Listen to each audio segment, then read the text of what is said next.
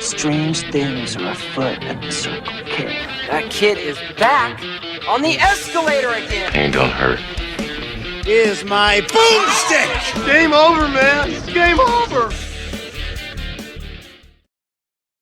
Welcome to the Bargain Bin. He is your host, Ben Mason. And he is your co-host, Sandra Luketic. And today we're talking 1988's They Live. We assume if you're listening to this episode, you've already seen the movie. All right, buddy. I know for a fact you haven't seen this movie before, but I really want to know what your thoughts were going into it. What are you talking about? I haven't seen it before. I saw it twice this week. That is okay, before fine. Right now. Yeah, all right. So before this week, what did you know about They Live? Well, I know that you and Joe gave me a hard time about not seeing it before this week. Rightfully so, man. This is a staple. Everyone has to watch this, like it or not. So what did I know about They Live before last week? I knew that Roddy Piper was in it. Mm-hmm. And I knew that the meme, I came here to chew bubblegum and kick ass, and I'm all out of bubblegum, came from this movie. That is what I knew about this movie. I didn't even know that Keith David was in it, which is surprising because I'm a big fan of Keith David. He's great. I didn't know it was a John Carpenter movie, which is sad because I absolutely loved when we did The Thing, which was both Keith David and John Carpenter. Mm-hmm. I didn't know Meg Foster was in it, but I still don't even believe she was in it after seeing the movie twice. Yeah, I don't know. I didn't know much. Did you know like the sunglasses thing, or where like yeah, I had an idea. The whole obey thing.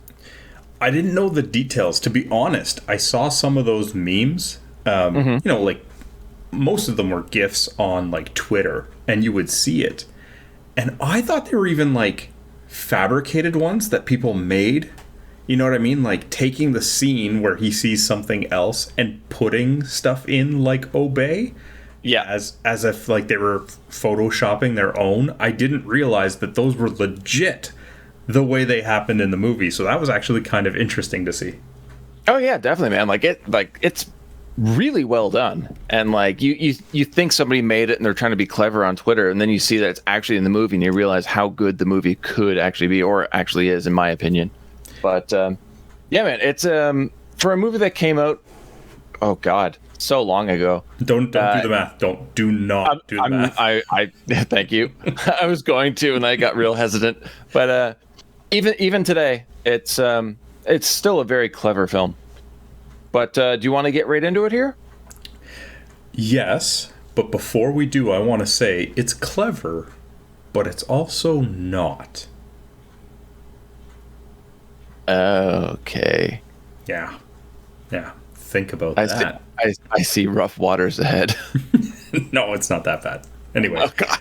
All right. Why don't we do it to it? All right. John Carpenter's amazing original theme introduces us to Nada. I should say this too. Nada is not his actual name. Roddy Piper is not credited, or not. His name is not spoken in the film, so he is credited as Nada. Sometimes John Nada. I refer to him as Nada in my notes. That's because it's listed as Nada on IMDb, and after watching the movie and pulling up IMDb, I looked at it and I'm like, Nada? That doesn't sound familiar. I just finished the movie and that doesn't sound familiar. And I'm sitting here racking my brain. It's because they never say his name in the movie. No, and you don't notice that until someone asks you. And you're it wasn't until I pulled it up on IMDb that it even was a thing. I finished the movie. I'm like, yep, that was the movie. You know, I saw start and finish, story, character, whatever. Didn't even click in that there was no name. Yeah, names in this movie are a little weird, and we'll get into that in a little bit, but this is a perfect intro into character names and just how strange they are for this film. Yeah. John Carpenter's theme introduces us to Nada, a homeless man wandering his way through a depressing late 80s Los Angeles, clad in jeans, a green bomber jacket, and carrying a full rucksack. Nada is just looking for honest work to earn honest money. We see him go to a job recruiter firm and turned away. Nothing available for him at that moment. Walking the streets, he sees a street preacher claiming that, quote, they have recruited the rich and the powerful and blinded everyone to the truth, and not as completely captivated by him. That is until the police arrive and stop the preaching. The first time we see a fair amount of police, well, not so much violence here, but we do see a lot of police involvement and violence later in this film. Yeah. So he says to the recruiter lady that his last job was in Denver, Colorado. Yes. How bad is the state of Denver, Colorado, that being homeless in this version of LA is a quote-unquote upgrade? It's warmer. That's all I got. It's a lot warmer, and that's it.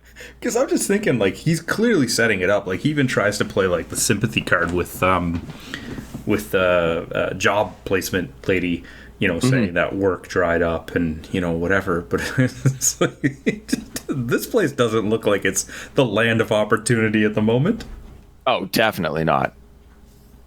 But such is Los Angeles, man. Hopelessness and people with nothing to do, as we see when Nada walks past a man locked in a gaze watching televisions in the storefront. What man?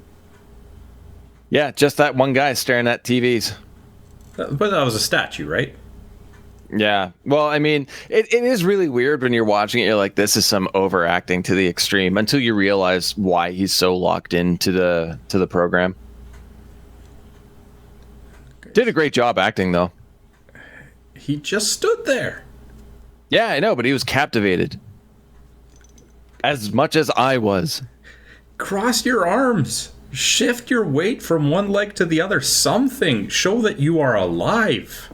No, that's the point, man. That's the point. He's so entranced by the signal on the TV that everything else doesn't matter. Whatever, man. You did watch this movie, right? Yes, I did watch this movie. I watched this movie twice. I'm just saying that basic motor functions still exist. Not when you're watching this kind of broadcast. No? He couldn't have let out a fart or something? Get out. No. You're way too into it. Yeah, whatever, man. He walks up to a construction site and looks... Shut up! Supposed to be into it. We're reviewing the movie. That was uncalled for. I did not think I would cut you off that hard. I'm sorry. Episode over. He walks up to a construction site looking for work, tells the contractor that he has his own tools, but finds out that it's a contract job. Makes sense. He's a contractor. Still gets a place on the crew and works his heart out. I know you have a problem with this scene. I do? Yes. In that the contractor isn't actually working. I'm lost why I would have a problem with the scene.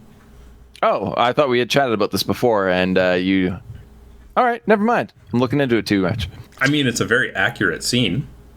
Yeah. Unions protect lazy, slovenly employees that stand around doing jack shit. Okay, this is what I was talking about. Why would I have a problem with the scene, though? The scene is very accurate. Okay, I know. I didn't get into the whole union thing. I knew you had a problem with it. I don't have a problem with unions. God damn it, Sandra. I didn't go to school for HR. Yeah, no, of course not. Anyways, so he takes his shirt off. Ooh la la. Yep. Honestly, a lot of people thought that this was CG, and that that Carpenter CG'd Piper's head onto somebody else's body, which is really weird for 1988, but that was a common belief. Did they know that he was a professional wrestler? I don't think so, no. Being in good shape is not always, because we do see some more husky fellas, but it is a very common aspect of the profession to be in at least good shape, if not great. I don't know. I've never seen a wrestling match before. I'll take your word for it. You're just so full of it. He draws the attention of another worker, Frank Armitage, or Armitage, if you will, Keith David. Do you find anything interesting about Keith David's character's name? I just had it as Frank. Yeah, Frank Armitage. It's also the name of the screenwriter. Oh, yeah, how could I forget that? I know all of the details about writers and producers and directors. Well, it's also a fake name because it's actually John Carpenter. Oh, really? Yeah. Yeah, he wrote the movie and used the name Frank Armitage and then gave the character that name. Now I'm seeing it on IMDb now. Writing credits. John Carpenter as Frank Armitage. Yeah. Armitage. Armitage? Whatever. Armitage? Whatever. Armitage. At the end of the shift, Nada is told by his boss that he isn't allowed to sleep on site and has to find his own lodging. Why did he assume he was going to sleep on site? I don't know. He was just... Is that a thing? Like, he's sitting, or like, not sitting, but like leaning, kind of half sitting on some pile of bricks or whatever, and he's like wiping the sweat off his hard hat, and it's like, it looks like he's just catching his breath after a hard day's work, and the supervisor can't sleep here. Well, he's like, don't get comfortable, you can't sleep here, and it's like, I'm just waiting for my ride, man. Like, although we did see him sleeping, I don't know, was it leaning against a wall in front of a garbage can, watching a TV in another apartment the night before.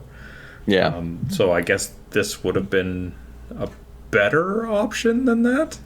I guess it's a weird conclusion to jump to, though. Maybe it's a common thing. That's the state of LA right now. Is that most new employees there sleep on site? Well, honestly, if that's the state of 1988 Los Angeles, it got a lot worse over the next several years. Okay, man.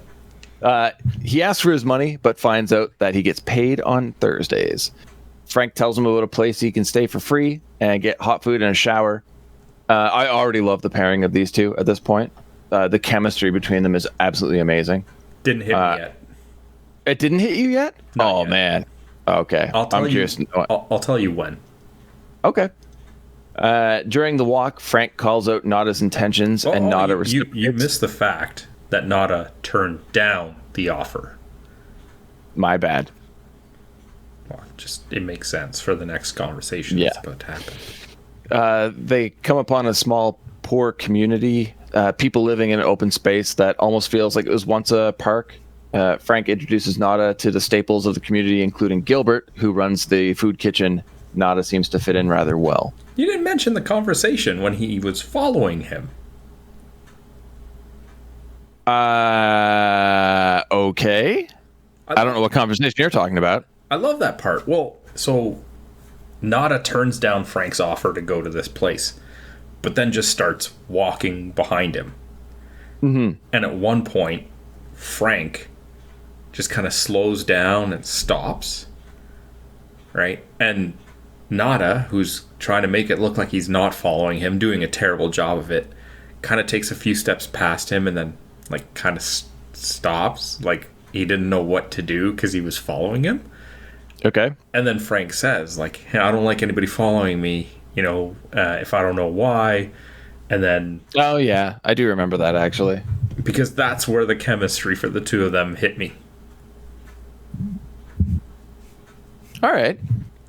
Yeah, fair. I don't know why I didn't put that in my notes, but that makes perfect sense. That is a very good scene. It's a very good scene. I really liked it, how they try to, like, out-clever one another, and then they just kind of, like... Lay it all out. Well, they lay it all out, but then they still don't agree to go together so much as, like, Frank says, I don't like anybody following me, and Nada says, I don't like going with anybody until I know, like, where they're going type thing. Yeah. And then, unspokenly, they still just kind of go there. Almost like they had this immediate connection, and they were, like, they kind of saw eye to eye. It's like, I'm not following you, you're not following me, we're just walking together now. And that was where the chemistry between the two of them started to hit me already. Okay. Yeah. For me, it was a little bit earlier, but yeah, that cements it for everyone else. Sorry, I had to bring up that scene because I wanted to point out that that's when it got me. Yeah, no, for sure. Sorry, I missed that one. Yeah, you should be Shut up. Take your notes. Frank laments about his past working for the steel company and how they kept laying off people and giving themselves raises. The golden rule, man. He who has the gold makes the rules. Great line. Frank tries to imbue pessimistic views in Nada, but Nada's too optimistic. He believes in America and he follows the rules. Everybody's got their own hard times these days, which makes me think of Dusty Rhodes. I had difficulty with this part. It felt very forced to me. It felt very forced, but it's also very contradictory because if you analyze Nada as a character throughout the entire movie... Oh, he's very problematic. He distrusts everyone. He's skeptical on everyone. And I mean, he should be. But here we are in this scene where he's saying, you should be optimistic, and he's being all... It's like, no, this isn't the character that I see for the rest of the movie. He believes in America, and he follows the rules, and that's why he's a penniless drifter. I guess he says that he believes in America, but he doesn't believe in a single soul in America because he trusts none of them. Nobody. I like Piper in this role, though. I mean, he's got to be decent at acting for cutting promos and shit. But you might not know this, Ben, because you've never seen a match, but wrestlers are also actors. What's a wrestler? Yeah, jeez. Got a lot to educate you in. Shit, sorry, man, I lost my place. You better hope Joe's not listening to this episode. Oh, fuck, I forgot. Joe, I apologize. I'm just working you, brother. Nighttime. It's a really strange encampment we have here. Everybody lives outside, but there's still electricity somehow. People just sitting in old, discarded lounge chairs watching TV every evening. So this is another point where I just couldn't help but question the state of Denver and Detroit. If this, rundown shanty town, makeshift community... The fuck are you talking about Detroit for? Because that's where Frank says he's from. Oh, okay. So, right? Nada comes from Colorado. Frank says he's from Detroit, and he's got a wife and 2 kids there that he apparently just left. Yes. But the improvement to those situations is this little makeshift shanty town. Yeah, it's very questionable. Also, I guess, I don't know. I'm trying to think of, weather in LA. I guess it's not a lot of rain, because there's really no shelter there. No idea. No idea. No, the signal of the channel they're watching is suddenly scrambled and a pirate broadcast begins. Everyone in the surrounding area begins to have headaches. The man on the television warns that we are living in an artificially induced state of consciousness that resembles sleep. 8 months ago, a small group of scientists noticed the signals that were causing this and started a resistance movement. And that's a fucking dump of information right at the beginning. It's pretty dense. Yeah. Yeah. The broadcast continues. The poor and underclass are growing. Racial justice and human rights are non-existent. They have created a repressive society, and we are their unwitting accomplices. Again, super dense, but very intriguing. Having not seen the movie before, what did you think this was all about when you first saw it? Anal probes. Fair enough. During this broadcast, Nada notices a blind street preacher, again, who is mouthing the words of the broadcast as if they were from a script he had read already, or maybe written? The signal fades but returns in time to state, "We have been lulled into a trance. They have made us indifferent to ourselves, to others. We are focused only on our own game. Please understand, they are safe as long as they are not discovered. This is their primary method of survival. Keep us asleep, keep us selfish, keep us sedated." I totally remember that line from the very first time I saw this movie. I was very unnerved. I didn't really know who Roddy Piper was at the time. I didn't know what kind of movie I was watching. I was very intrigued and very uneasy. I was also 6. I don't know if I'd give this movie to a 6-year-old, but sure. Yeah. It is, for a kid, man, that's scary shit, dude. I feel like as and I apologize if I underestimate your intelligence as a 6-year-old, but I feel like some of the thematic sequences and plot points in this movie might kind of go over a 6-year-old's head. Oh, definitely. Keep in mind, though, the first movie I remember seeing is A Nightmare on Elm Street, right? So I was pretty into horror, but only visual horror. I wasn't into people talking about horrible things going on. So, like, I'm used to seeing a monster on screen. I'm not used to seeing people being super uneasy and nervous and terrified without having that one figure to be terrified of. Bullshit, man. The first movie I remember seeing was Land Before Time, and when Littlefoot's mother gets it, oh man. Come on, man. What? It's fucking Bambi all over again. Yeah, except... You saw... Okay. You saw The Land Before Time before you saw Bambi? I don't even think I've seen Bambi to this day. Oh, shit. Speaking of Land Before Time, I did see that in theaters, and right after I left, the theater exploded. Okay. Yeah. That's a story. Yeah, man. The popcorn machine caught on fire and blew out the entire back wall of the theater. Oh, man.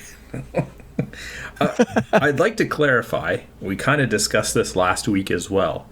When I came to Canada, there was a lot of media that I had just missed.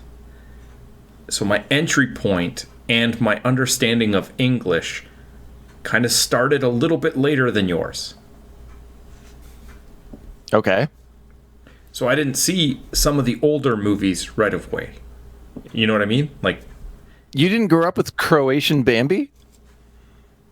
I don't recall any of that. Okay. But what I'm saying is, you know what I mean? Like, when I came to Canada, anything that would have come out like just before that, I either wouldn't have seen, or if I saw it right away, I didn't have a grasp of English, and I was still kind of figuring it out. All right. So you just knew that dead dinosaurs are bad. It was sad, man. It was really sad. Yeah, it is. I'm not going to lie, man. I fucking cried, too. Yeah. So Wasn't that also 1988? 87? I don't know. Let's just move forward. We're talking. Fine. We're not talking about this anymore. We're talking about They Live. All right. Another nameless drifter, the great Buck Flowers, shrugs off the message, providing the viewer that the common belief among the drifters is that this is all the ramblings of a crazy man. The whole while Nada is still watching the preacher. Gilbert goes to talk to the preacher, eventually leading him across the street and into a low-lit church. The next day, Nada confronts Gilbert about the church. He shrugs off the intrigue. Broadcast pops up on the televisions again. The pirate signal isn't strong enough to fully break through.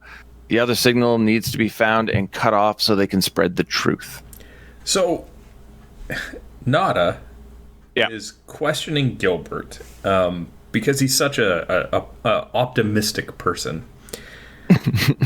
When he saw the very conspicuous act of Gilbert helping a blind street preacher into a church. I don't think that's the kind of thing I would question and be like, oh yeah, he's blind. he is a preacher, so a church makes sense. And having this guy who runs this, community to help unfortunate people, helping him across a street and into the church is not the kind of thing that I would raise an eyebrow at. Something doesn't add up, man. Yeah, something doesn't add up. I like the character of Gilbert in this. He doesn't really play a massive role, but I feel like he does kind of tie the whole story together. I'm not saying anything against that. I just mean, this is where, I don't get the optimism from Nada. He's a very untrusting person. Yeah, he is very pessimistic and questions everything. I know my except kind. America. I know my kind, my man. I know my kind. Nada sees Gilbert sneak into the church again, and this time decides to investigate himself. Choir is singing loud and clear. Entering the building, he finds a makeshift laboratory. Chemicals cover a desk, and next to them lay numerous pairs of sunglasses. Painted on the wall, the room is "They Live, We Sleep." Investigating further, Nada discovers that the singing is just a recording with the volume cranked up to disguise the meeting of individuals inside.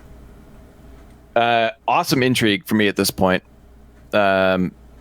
Very good storytelling, building up, like I said, intrigue. I at this point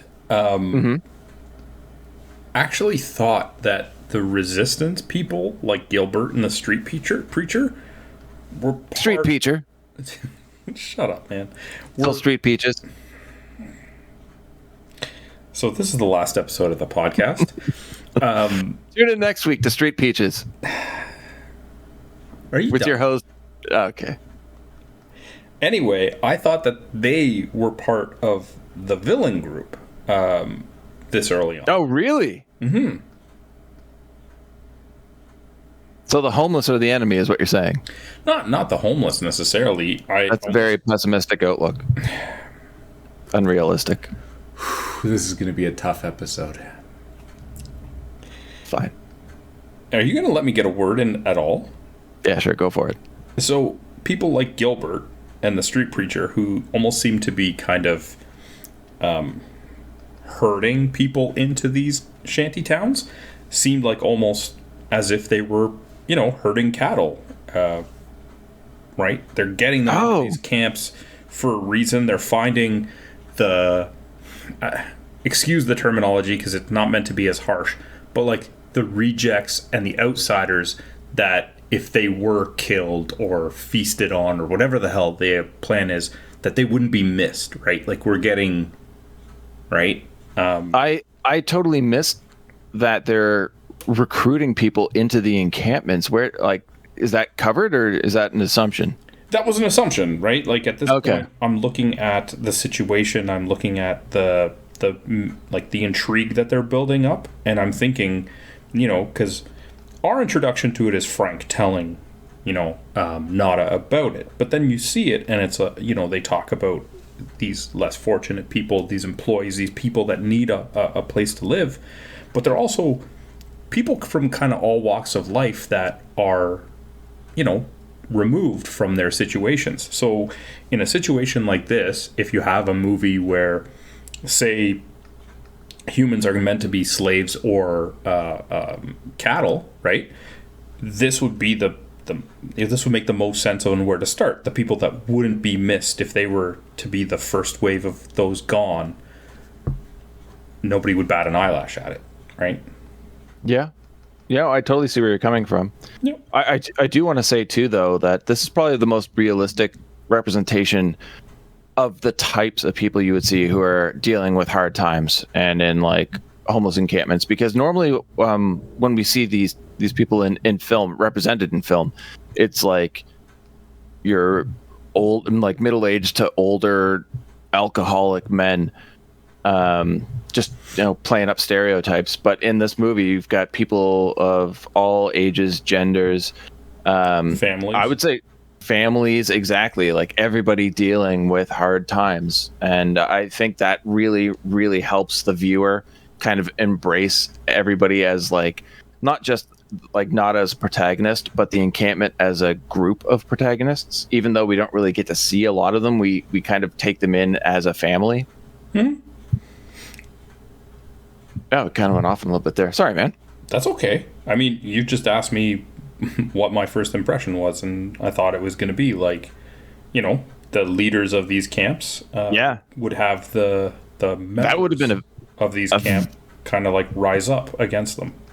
Yeah, it would have been a very interesting film. I didn't get that, but that's... I would love to watch that movie. Anyway, moving on. The pirate broadcast has been emitting from the church. Gilbert, the man from the television, and a few others are discussing what to do next, since they can only get their transmission out for a few seconds before it gets jammed.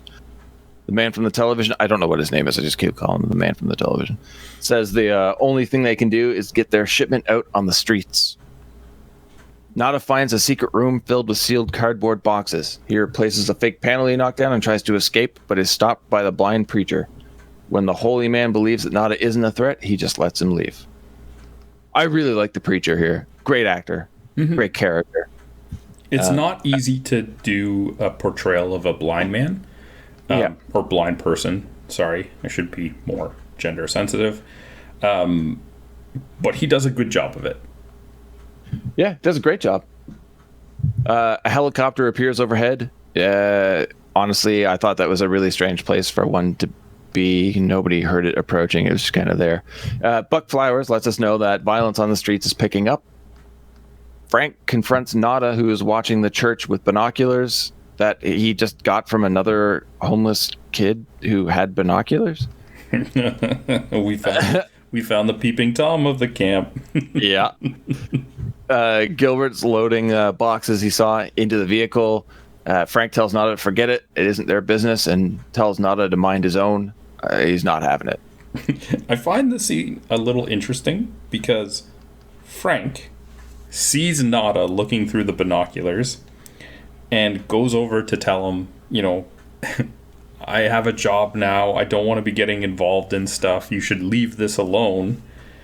But it's like, Frank didn't need to come here. He could have just left it alone. Yeah. Also, Nada was already watching the church before. He doesn't need binoculars. It's across the street from where he's standing. Yeah. Like, it's pointless. It's a spying technique, you see. Mm-hmm.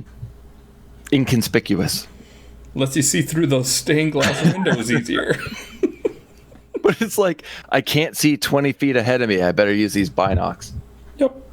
At nighttime, with binoculars still pressed to his face, Nada spots a helicopter over the church, because that totally snuck up. Did the dude even go to work that day? No. He just sat there with He just sat there an entire day? Yeah. And nobody but Frank thought to be like, because it's not like he's hidden. Nobody from the church was like, hey man, you looking at our church all day? You walk out the front door of that church, the first thing you're going to see is Nada with binoculars across the street staring at you. Yep. Like, he's not hiding. He's in plain view, and he's across the fucking street. Like, I don't know if this is an error in the writing or if it was an intentional humor, but there's no way anybody would not be able to see Nada. Well, they didn't have binoculars, so they I could guess see him the 20 feet away. Yeah, in a world where everyone can only see 3 feet ahead of themselves. Yep. I'm glad you're finally getting it, man. We can move forward. It only took me since 1988, but I get it now. I understand. You are a little slow on the uptake. Street peaches. The people inside flee as police cars arrive, sirens wailing. The SWAT team also arrives. This looks like it could become a war zone. And oh man, does it.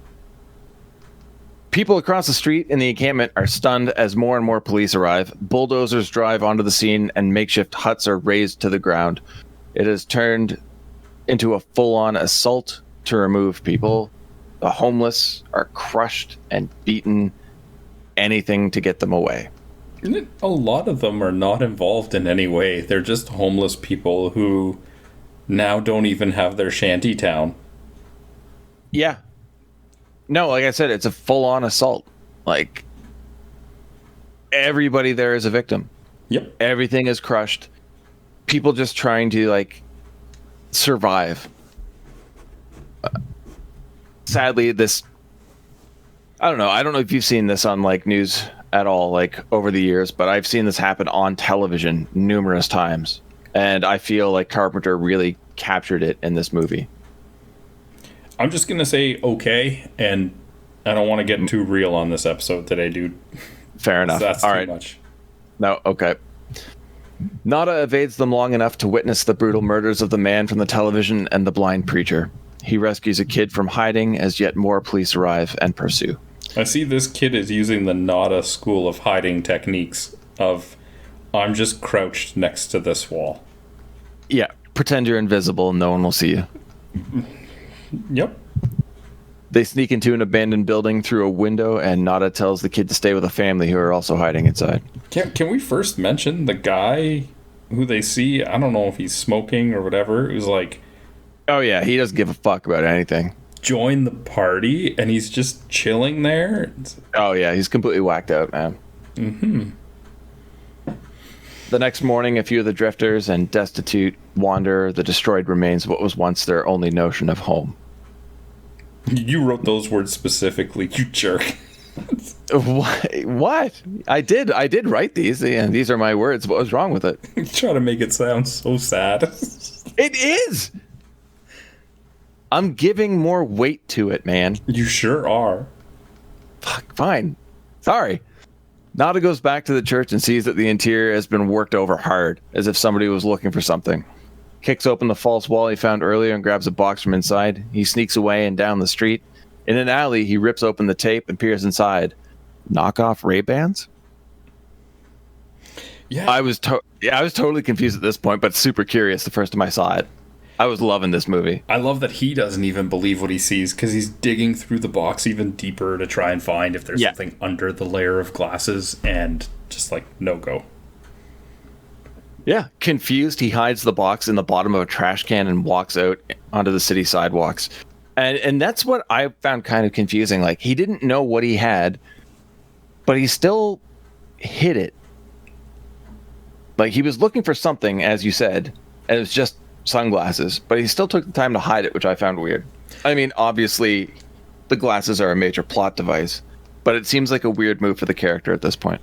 I think he was just not content with what he had discovered in there, and he was kind of putting it away because it's like, oh, I gotta investigate this further later, type thing. Yeah. He puts the glasses on, and everything is in black and white. Billboards reveal secret messages. What normally looks like a computer ad now reveals the stark order, obey. An ad for the Caribbean actually states marry and reproduce. These subliminal advertisements are absolutely everywhere. What was your take on this reveal? I liked it. I loved it. I thought it was amazing. Also, like I said, I was 6. So I started wondering if that was real. Oh. Yeah, well, what can I say? When I was that young, I thought Candyman was real. Candyman is real. No, don't do that, you son of a bitch. Yeah. Wait till we go to Cabrini Green. Anyway, moving on. We won't cover that movie until maybe another week or two. We'll never uncover that movie, or cover that movie. You can cover that movie. It'll be the first episode you do with somebody that's not me. Candyman. No, fuck off, man. Street Peaches. Apples. What's worse than discovering that you've been tricked by every bit of media you see? Discovering that not all people are even human. What about that reveal? Had you seen that alien design before? Yeah, I think I had seen like just some screenshots and trailers of the movie. Okay. I can't really put myself in the shoes of somebody who had no idea going into it. Because that's kind of one of the negatives of seeing such an old movie, is that I guess there's some imagery that you'll still know even though you hadn't seen the movie. Yeah, and any movie that has any sort of surprise that's over 20 years old, you're probably going to have been let in on the secret. Mm-hmm. I did like how Nada kept putting the glasses on and off while looking at that one guy by the newspaper stand. Mm-hmm. Yeah.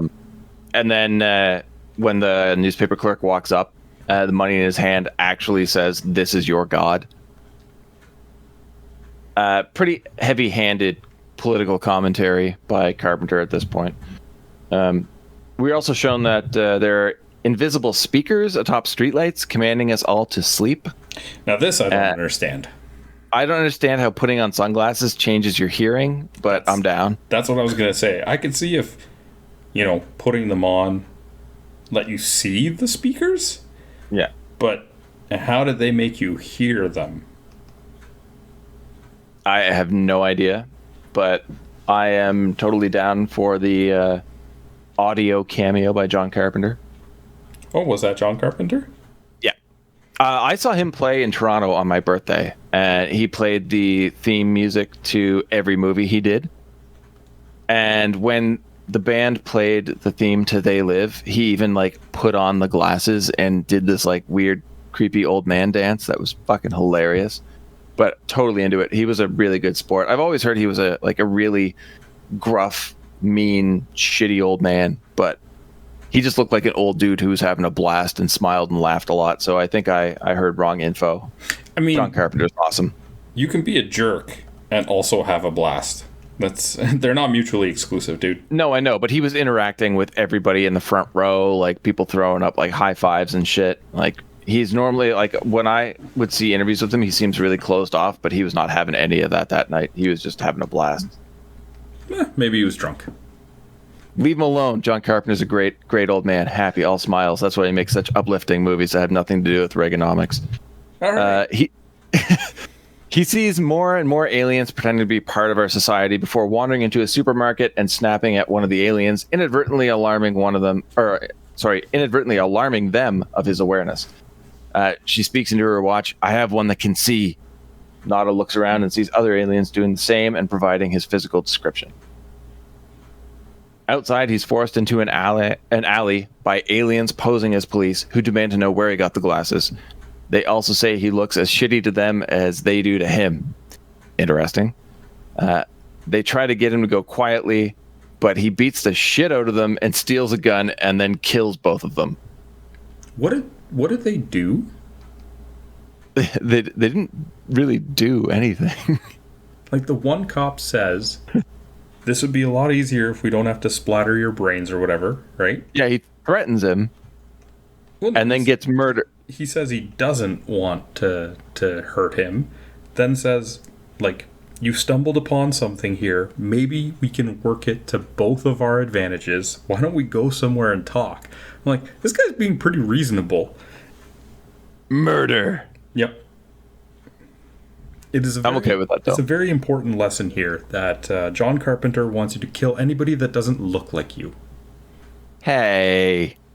No, he's just a jolly old man. Thank you. He grabs a shotgun from the squad car, and then we get the most famous scene of the movie, the bank scene. I'm not really going to go into it that much because I'm pretty sure everybody knows this scene of the movie.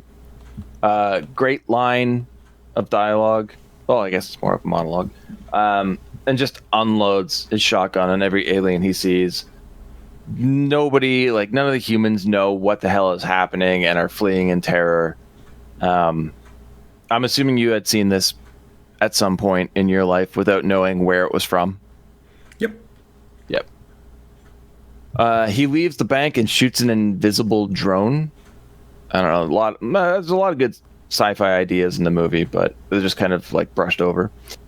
He hides in a parking garage and abducts Holly and Meg Foster, who we've covered 3 times now. Yep. On her way to her car. She is his only escape plan. He instructs her to take them to her place. I don't like Meg Foster. I'm not going to disagree with you, man. I feel like she brings down everything we've seen her in. Yep. I wanted to compliment Roddy Piper here. I really liked the interaction with her when he's like, questioning her, like, are you married? And she says yes. And he's just like, please don't lie to me. And then he, says that he's sorry that he has to do this. And she even has a decent line where she's like, you have a gun, you're not sorry type thing. But like I thought Roddy Piper did a really good job in this scene. He does a great job in most scenes, man. But yeah, this was primo acting on his behalf for sure. Nada apologizes to Holly, for what he had to do. This is what we were talking about. He tries to tell her what's happening, and she straight up won't believe him. After more chit-chat, she tells Nada that she's the assistant program director at Cable 54. Nada freaks and tells her that they're trying to send weird signals through TV sets, and she smashes him in the back of the head with a bottle, sending him crashing through a massive window and falling more than 20 feet to the rocky hillside below. He comes out pretty unscathed for somebody who just got like a roundhouse wine bottle to the head. That should have killed him alone. And then fell 20 feet. And the way the camera shot it, like head first. Yep. Going through the window, though, he should be like cut to shit, and he's not. I really like the visual of it. The Like the spin was done really well. The camera angle from perfect Hollywood stunt. from above, like it shows the range of movement really well. The cut to the outside to show him falling, really, really well done. Oh yeah. It's a very competent film, man. Like, I have no complaints with how it's shot, like audio, anything like that. Like, it's a beautiful, entertaining film. Even though that had nothing to do with what you were just saying.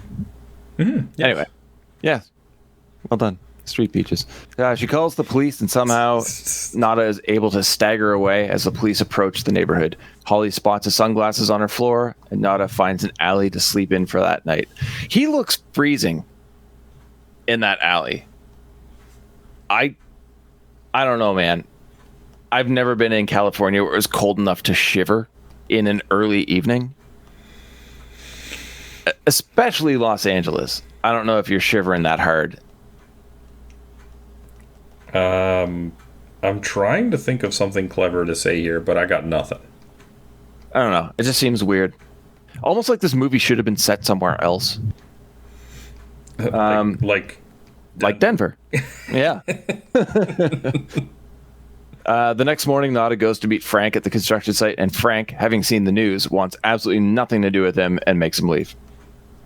Goes to the back alley where he stashed the sunglasses, but the garbage is empty. The garbage truck that just emptied the bins is still in the alleyway. He opens the back and climbs in, desperately searching through the garbage. For some reason, the driver dumps all of the trash on the ground and drives away. Yeah, you can hear two drivers, right? Like there's, I guess, a guy who was driving the truck and a guy who was loading it. Yep. They're like arguing as if like one of them is dumping it out to prove a point. And I have no idea. And then they just leave it? And that doesn't... feels like something's missing here. I don't know. I mean... yeah, it just doesn't fit. In a rather well put together movie, this doesn't make any sense to me. Nada finds a few pairs of the sunglasses and walks back the way he came. Frank appears in the alley and gives Nada a week's worth of pay and tells him to stay away from him. Nada tells Frank he has to put the glasses on. Frank denies. Now we get the most epic 5-minute and 20-second fight scene in film history, where they beat the shit out of each other.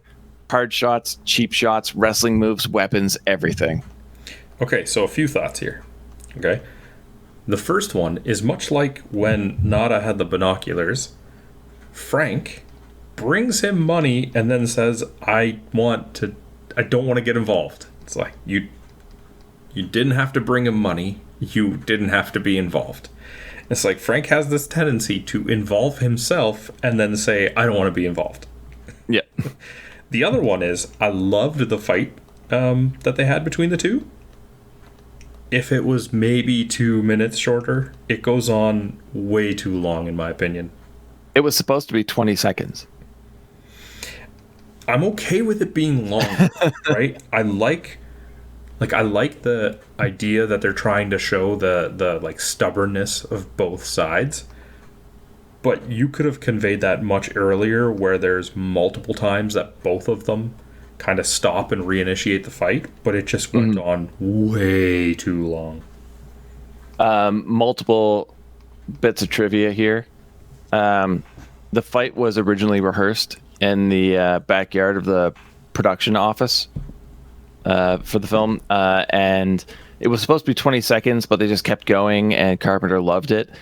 And with the actual fight, it was all legit fighting except for shots to the face and groin. Oof. I could only imagine how sore these guys would have been the next day or the day after. Yeah, that's a real dedication to your craft. You know what else is dedicated to their craft? What's that? South Park? Our friend Tim at Knights and Nerds. Why don't we hear an ad from him? Knights and Nerds is not just an actual play D&D podcast with an original campaign being played by a group of friends who tolerate each other. It's also a podcast where I, the Dungeon Master, talk about how I'm adapting to the choices the players make, as well as revealing to you, the audience, the complex story and deadly twists that I have in store for my players. Find us on iTunes, Google Play, Stitcher, Spotify, or at knightsandnerds.com. Eventually, Nada forces sunglasses onto Frank's face, and he sees the proverbial light. The boys book a room in a rundown hotel to hide and rest. They argue about the next move and eventually agree upon trying to find the people who made the glasses. I'm really impressed with Keith David's fighting ability, I guess. Yeah, I never really thought about that. Well, He was taking like wrestling moves and everything. Oh no, I just meant his ability to beat the shit out of Roddy Piper, because apparently Roddy Piper was more worse for wear after a fight with him than being thrown out a window 20 feet to the ground. Very good point. He was beat to shit. That's right. He took that wine bottle to the head, went through a glass window, fell 20 feet, and rolled down a rock face. And he looked worse after a 5-minute fight with Keith David. Yep. Fuck, man. Didn't even think about that. That guy's a monster. Mm-hmm. That night, Nada relays to Frank horrible stories of an abusive upbringing. Frank thinks that maybe the aliens have been watching the horrible actions of humans and decided to prey upon them. That's surprisingly deep for this movie. Frank returns to the hotel. Need this for Nada's character. It didn't really add anything to me, or in my mind, to like his motivations or his personality. I think this was honestly a lot of Piper putting himself into the movie. He did have a horribly abusive upbringing, and I know that he had a really difficult time filming scenes with the supposed homeless people. Actually, some of them were homeless people who were hired and paid in food, because Piper himself lived on the streets for a while, so it was very real for him. I'm just looking at it from a movie standpoint, and it's not required for plot progression, but... No, I honestly think that Piper just kind of went on a mini rant, and they just filmed it and left it in. It's shorter than the fight scene, so it's not a big deal. Yeah, exactly. But I think you're right, though. It doesn't really do anything for the character, necessarily. It doesn't do anything for the story. It is just a very real scene for two characters that it almost feels like it belongs in a different film. Yeah, I mean, I could see if we were in some way built up in the movie thus far to question Roddy Piper or Nada's. It's tough when he doesn't have an actual name. If we were kind of built up to question his motivations or be unsure why he's doing this. But I mean, the plot itself kind of just made it that the situation was his motivation to keep doing what he's doing. His eyes were open to this completely different world. This wasn't really needed for that. Yeah, he got thrown into a new shit show, basically. So bringing this up has nothing to do with the character's trajectory. Mm-hmm. Wow, I didn't expect us to pick apart that one part of this movie. It's not like it's fine. It's done well. Piper acts it unnecessary. Well. I'm just kind of looking at it from a critical eye, and just didn't seem too necessary. Agreed. Frank returns to the hotel with a bag of groceries. Gilbert spying on him and follows him upstairs. He makes himself known and gives Frank an address of a secret meeting they're having. He says the world needs a wake-up call, and they're going to phone it in. How did Gilbert know where they were? I have no idea. I also don't know why he's being so secretive. Like, he's in the room, which is like a deli, the main floor of this building. And people can see him, yet he's still trying to hide behind a wall. But those people didn't have binoculars. I guess, yeah. I forgot the 3-foot rule. Mm-hmm, mm-hmm. At the meeting, the boys are given new contact lenses to replace the sunglasses they've been wearing. Gilbert tells them that the police, who are mostly human, even though the police we've seen aren't, have been told that the resistance is just a bunch of communists trying to take down the government. He further explains how the aliens are recruiting by buying loyalty. They go to a crazy stocked ammo table and grab any weapon they want. Another man at the table explains how the watches the aliens wear are communicators and teleportation devices. Which seems like a little much to me, but it's a sci-fi movie, I get it. We kind of put that together when we had a scene earlier in the liquor store. Or was it? Yep. It wasn't a supermarket. A supermarket. Where like every alien there was conveying to their watch that Roddy Piper could see them and then one of them disappears. Yeah, like we got that. The meeting commences, and Gilbert tells the crowd that they believe the signal the aliens are using is coming from KRDA, the TV station. A voice in the crowd says the station is clear and the signal must be emitting from somewhere else. And that voice belongs to Holly, who has also joined the group. She can't look like a hero or a good guy or anything, man. Like, there's something about her eyes that just screams villain to me. Spoilers, dude. No, I mean in every movie, she looks like the villain. Yeah, I've seen her in 3 movies to my recollection, so... I guess, yeah. And in 2 of the 3, she is a villain, so yeah, I guess that works. Which 2 is it gonna be? Oh, I don't know. She's happy to see Nada and apologizes, saying she didn't know. An explosion. Happy to see Nada? That was her happy face? That's her happy face. Oh, it's also her sad face, her angry face, her constipated face? Constipated face? Yeah, it's her buying groceries face, it's her skiing face, it's her O face. It's her, oh god. It's her interdimensional travel while working for the Dark Lord Skeletor face? Yes. It's her marrying a serial killer face? I think you're getting it. I understand. An explosion blows out a wall of the safe house, and a gunfight erupts between police and the resistance. The fuzz obliterates half the group while the others scramble in confusion. I think this is the second time I've ever seen Al Leong play anything other than an evil henchman. I don't know if you know Al Leong. No. No. Stop setting me up like this, man. He played He's classic. He's a classic. Hey, it's that guy villain. He played Genghis Khan in Bill and Ted in the first one. Bill and Ted's Excellent Adventure. Okay. I know you've seen him before because he was in Last Action Hero. Remember at the beginning after Jack Slater's favorite cousin's house is blown up? You get chased by the gang in the pickup truck. Okay.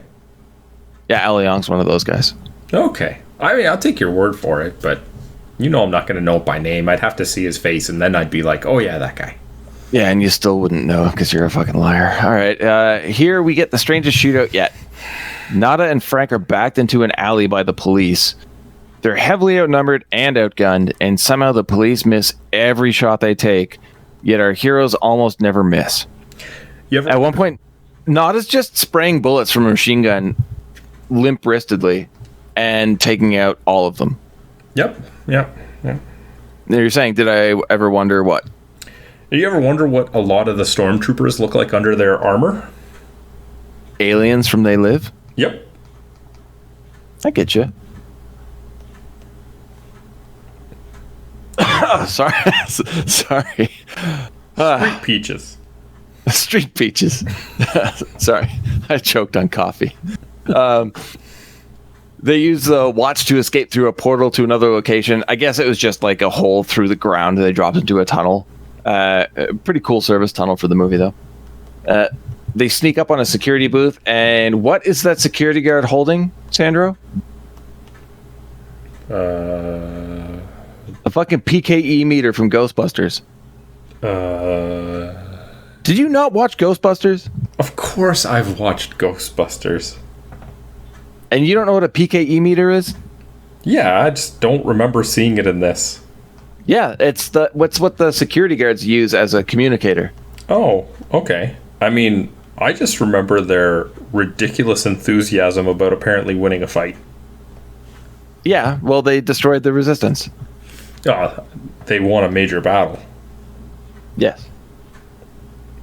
The destruction of the resistance is that major battle. Anyways. Sorry.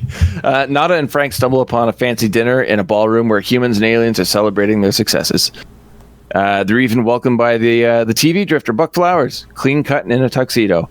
He's also been recruited. Why? I don't know. I don't know what aliens would benefit from recruiting a homeless man. He's got a good voice. He does have a good voice. And I think he always plays a homeless man.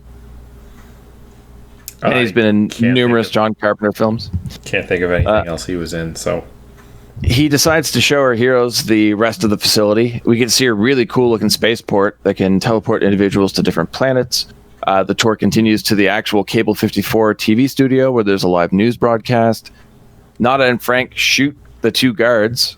Buck tries to reason with them, saying that everything the aliens are doing is just business. Frank is disgusted. They break into the set and shoot every alien they see. And next they have to make it to the roof to stop the signal. The whole sequence I thought was pretty intense. Two of them sneaking through the halls and taking out soldiers feels very much like a level of a video game. I kind of thought you would tune into that. Did you feel the same way?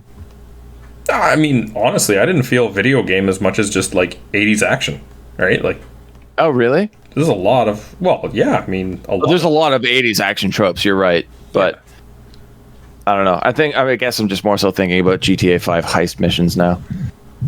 Those weren't in 1988, that's for sure. No, definitely. Damn it. Although hopefully the next game will be like a Vice City thing, and we'll talk GTA in the 80s later. They find Holly on the 19th floor and continue their ascent. Nada is in the lead, takes out 3 soldiers in a stairwell, and runs up the remaining few steps to the roof. As soon as he's out of sight, Holly pulls a gun and shoots Frank in the head. I don't remember this ever happening in the movie. Well, it doesn't happen on camera, right? It could be easily missed if you look away when she pulls the gun. Yeah, but you hear the gunshot and you never see Frank again. Yeah. Honestly, like, I've seen this movie numerous times and I don't remember that happening. Maybe I just blocked it out. But what a disrespectful way to take out one of the best characters in your movie. Yeah, I was unhappy with how unceremoniously he was taken out. Yeah, just thrown out altogether. Nada finds the contraption emitting the signal and is ready to destroy it, but Holly has her gun on him. Helicopters have their spotlight on Nada and tell him to surrender. Before they can open fire, though, Nada shoots Holly, destroys the signal, and dies in a hail of bullets. Also terrible, terrible death.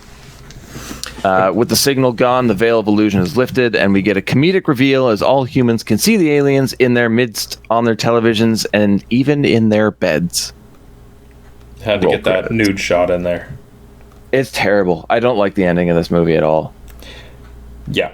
It's, It feels like they didn't know what to do, so they just threw something at it and ended it. Yeah. Because honestly, I feel like there was a really good build-up through the entire film up until the point where Frank dies. I mean, you could have had the same kind of type of events happen after Nada dies, but not on camera. Like, as he's laying on the ground, you can just pan to like this, like the sky view type thing, and just have some audio clips in the back indicating that things have been revealed, and then cut to credits. The showing of it almost kind of cheapens it. Yeah, well, also having Frank die, you're like, holy shit. And then Nada dies, you're like, oh my god. And then you end on comedy? Yeah, that's why I'm saying, like, if you just had the audio of, like, strategically record audio that would reveal that the, aliens are being exposed.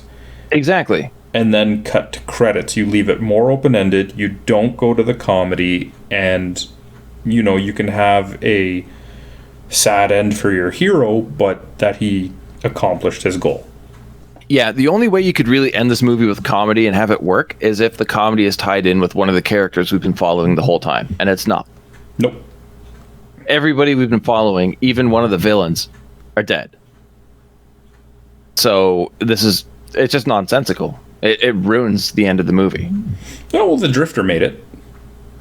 Buck Flowers, yeah. Mm. He just disappears at one point, and we don't see him again. Yep. Overall, how do you feel about this? There's a lot of problems with this movie. Yeah. Yeah, there are. And there's a lot of strengths, though. Oh, by no means am I saying that I didn't enjoy watching it. There's just a lot of problems with it. My biggest question, however, is what was the problem with the aliens? Like, what were they doing that was so wrong? Yeah. I watched it twice, and I can't figure it out. There's no mention of them using humans as slaves, using them as food. They are simply setting up commerce on our planet and financially benefiting those that join them. Maybe, like mankind, humans are referred to as livestock at one point. So that really implied to me that if they weren't eating them, that they were like selling them to somebody else that would, or something else that would eat them. This is where but they're sorry, go ahead. This is where another problem comes in with the ending, is that the very final scene, which is the pointless nude scene, is one of the aliens having sex with one of the humans. It's not really something you do with your livestock. No. I don't know how aliens work, man. I'm trying to think, I watched the movie twice. I'm trying to figure out, like, what is so bad with them, right? Yeah, they destroy that shanty town and kill a bunch of innocent people, but if you really think about it, it's because there was a resistance of people trying to expose and murder them. You have people like Roddy Piper. Well, they weren't trying to murder them, they were trying to expose them. Well, I mean, when you see guys like Roddy Piper, who the first thing he does when he can see them is blow away as many as he can, you can understand why they would be scared of things like resistance groups trying to expose them. Yeah. It's if you look up any trivia on it, it's blatant that this is Carpenter's take on Reaganomics, which I haven't really looked into. I was super young at the time, so I didn't really get that when I was watching the movie, but I was just watching a professional wrestler shoot aliens. All you needed to do was add like one line that kind of indicated that, once they make the entire population complacent, they'll be easy to like suck out their power or something. Or and I'm sure that existed in some cut and that something was edited out, or maybe it was mentioned in some way and we both just missed it repeatedly. I don't know. I noticed after the first viewing that I couldn't find out why the aliens were bad, other than the scene with the camp, which could have been more self-defense than anything. Well, it's basically just making everybody mindless. I mean, okay, right? Like, you know what I mean? Complacency. So I noticed that and it's fine if that's the commentary you want, but just make it a thing where it's like, if we make them complacent, we can enslave them. Boom, right? I noticed that in the first viewing, so when I went into the second viewing, that's what I was really looking for, and I still couldn't find it.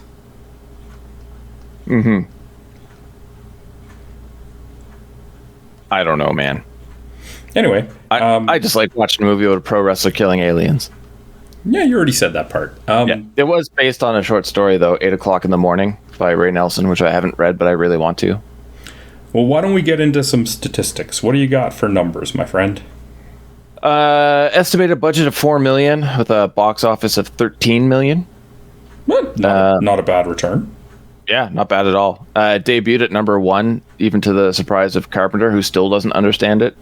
It was shit on by critics, like all of his movies were, until they were all considered cult classics. For ratings, IMDb has it at 7.3 out of 10. Rotten Tomatoes, the tomato meter's at 85% for the critics and the audience score of 79%. I agree with all those. I think it's not an amazing film, but it's pretty fucking good. I got no beef with them. Yep. Moving into awards. Yeah, I guess. Oh no, those numbers flew by pretty quickly. Yeah, well, I mean, like there's nothing you say. Like, it cost a little, it made a lot, and it was favorably reviewed. And I think we're all pretty stoked about that. I will say though, starting off with worst performance. You are the one to start that. Yep. I want to say that we're gonna have the same pick. I don't know though. I picked Meg Foster. The Meg Foster Award goes to Meg Foster. Yeah. She acts the same in every fucking role I've ever seen her in. And it's not good anytime. I don't know how she gets roles. I don't know if it's hypnotizing people with those icy blue eyes, but I've never liked her in any role I've ever seen her in. Actually, wait, that's a lie. I did like her in Lords of Salem, but she was playing a crusty old witch, so... I mean, this is the second time I've picked her for worst performance. I think it's the only 2-time winner so far, but you've also picked her now. So that's got to speak volumes. And I agree with you. Like, her performance was maybe less offensive in something like Masters of the Universe, where she's playing a character that is kind of emotionless. But yeah, when you see a role like this, she's the same emotionless character. And, you know, like, that's why you say, oh, she's happy to see Nada. It's like, is she? Yeah, because she kind of goes from, like, foe to ally to foe. Does she? And you don't feel any different at any point. No. You're like, oh, that's Holly. There's Holly again. Yeah, man. Holly's got a gun. Yeah, I think this is a pretty easy pick here, dude. I'm curious to know your best performance, though. I'm surprised by my best performance, actually. Yeah, who'd you pick? I picked Roddy Piper as Nada. Yeah? Why is that? Maybe part of it was expectation, but he was so much better than I thought he was going to be. So good. I thought you were going for Keith David. You know, I was tempted to, but I couldn't deny Roddy Piper. There is so much that you can say about his performance in the positive light. Like, things like the humor and the one-liners, no problem. I know that from him. I wasn't surprised. But even, like, expressions. Like, when he's walking around the town, discovering all the messages, like, you can see it on his face, and I didn't expect that from him, and it's done very well. He's so good. Who did you have? Oh, fucking guess. George Flowers. Yes, good old Buck. No, it's definitely Roddy Piper, man, as Nada. He fucking kicked ass in this movie. He quit the WWF to do this movie. Like, he straight up quit wrestling to do this movie. He agreed to do it, and Vince was behind him until he kind of started looking at what the movie was, told him to, like, turn down the offer and that he would find Piper a better role in a different movie, and Roddy just said no and quit. Well, I mean, he earned it. He was great in this movie. So good. So good. The first time a wrestler was ever the star in a #1 movie in the theaters opening weekend. That's crazy. Yeah, he thought, R.I.P. Roddy Piper, that he was the one to open the door for other wrestlers to the world of acting in Hollywood films. I could see it. Yeah, me too. He killed it in this. He was so good. I mean, if he had done a movie that ended up being really shitty or his performance was not good, it might have actually delayed that transition even further. No, he did a great job. Okay, so we've 2 for 2 here. Yeah. Here's where it gets a little bit tougher to match. So, you know, I don't expect that to continue. But what did you have for most memorable or favorite line? Memorable line is the same for everybody. I don't care who you are. It's, I've come here to chew bubblegum and kick ass, and I'm all out of bubblegum. Okay? We'll get that out of the way right now. My favorite line is, you're okay. This one, real fucking ugly. Are you serious? Yeah. That's what I have written down. That's crazy, man. I never thought you would have picked that. See, I was gonna say the bubblegum line is classic. It is what this movie is known for. Yeah. But I'm gonna choose to go the way of favorite line for this award because you know, I leave that open that we can pick. And that was my favorite line, and I literally have that written down. You're okay. This one, real fucking ugly. It's great. Great line. I loved his delivery on it. Even where he puts, like, emphasis and just the way he says it, I love that line. Yeah, because it feels true to the character. That is what that character would say and how they would say it. It didn't feel like acting whatsoever. I can't believe we're 3 for 3 here. I know. I know. I can't imagine it's going to continue at this point. Favorite moment. I don't. Yeah, 4 for 4 is a. I don't think that's going to happen. All right, I start this one. Yeah. What do you got? I have the scene at the newsstand when he first discovers the alien in the business suit. The reason that it stood out so much for me is kind of going along with my pick for him being the best performance. When he's looking at that guy and he's putting the glasses on and taking them off and putting the glasses on and taking them off, his delivery for facial expressions is fantastic. The scene is capped off perfectly with him looking at the money in the newspaper stand attendee's hand that says, "This is your God." That scene was just so well done that I can't give this award to anything else. Well, we went 3 for 4. I expected it. I'm surprised we even went 3, but... Yeah, me too. No, I had to go with the fight scene. You know what? I would have been more tempted to do the fight scene if it was shorter. I honestly feel, and I say this with full sincerity, that my view on it soured because I think it overstayed its welcome. It definitely did, and I think that's why I like it so much. I think it's why it's so famous, is because it is so ridiculous and over the top. Like, they take multiple breaks during the fight to catch their breath before they start fighting again. Like, it's absolutely hilarious. I love it. It's acted really well. It's iconic. I mean, we see it with the cripple fight in South Park with Timmy and Jimmy. Almost shot for shot. I mean, they took a lot out because, you can't have a 6-minute fight scene in a 22-minute show. But I could see South Park doing it. You haven't seen that before? No. You could see them taking 6 minutes of that episode? Yeah, I could see South Park dedicating 6 minutes of something like that to... That sentence didn't start the way I meant it, but I think you know what I mean. I could see them doing that, right? Yeah, it's so iconic. I think that's 2 of the most iconic pop culture film references are from this movie, and that is the bubblegum line and the fight scene. So I could easily see the bubblegum line being most memorable or favorite line.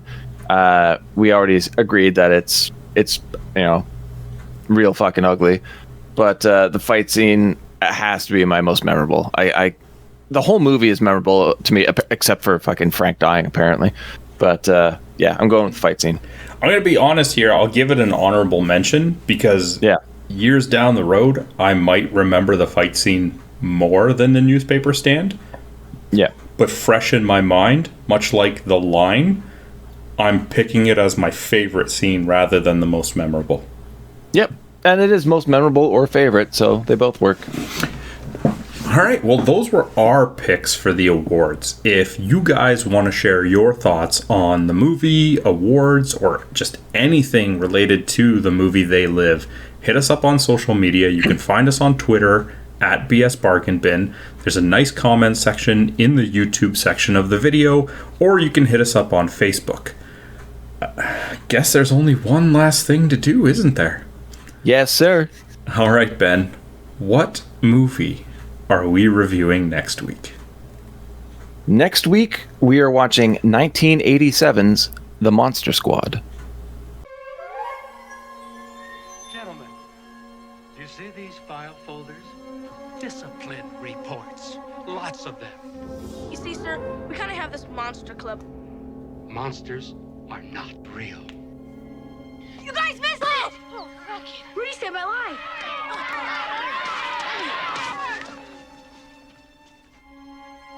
Yeah, what the hell's Monster Squad? It's us. We're the Monster Squad. Good and evil are in constant flux back and forth. Only once every 100 years are these forces balanced. And what about the amulet? At the stroke of midnight, the amulet becomes vulnerable. And at that moment, it can be shattered.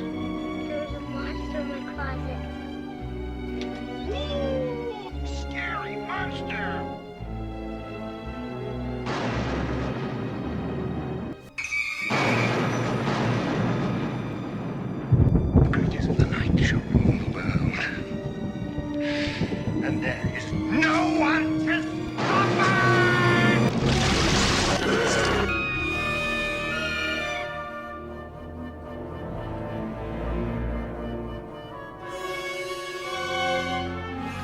I think there's monsters, like real ones. I think he was a werewolf. Mummy disappeared from the museum tonight. And guys, Dracula might be here too. Catch him in the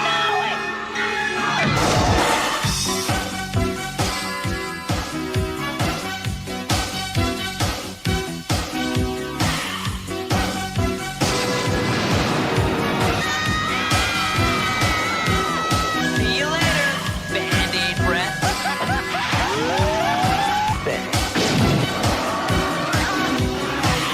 My name. Eating the German. With Monster Squad.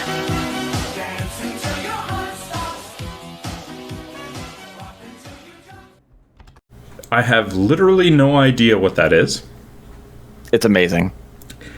Let's hope Spoiler. so. All right. Well, until next week, have a good one, guys. Street Peaches. I hate you.